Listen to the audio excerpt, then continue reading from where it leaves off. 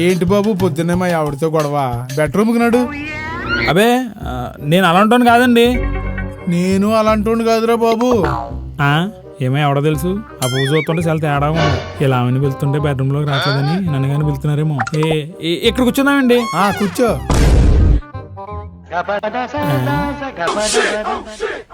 ఏంటి చెప్పు. ముందు చేయండి.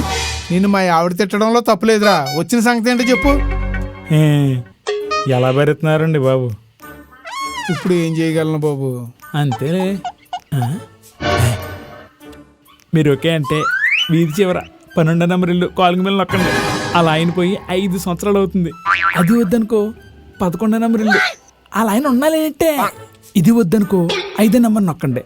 అలా ఆయన మొన్న ప్రెస్గా పోయాడు. మీరు ఓకే అంటే చెప్పండి, సెట్ చేస్తాను. ఆ 10వ నెంబర్ ప్లాట్ పద్మావతి పరిస్థితి ఏంటి బాబు? సెట్ చేసేద్దాం.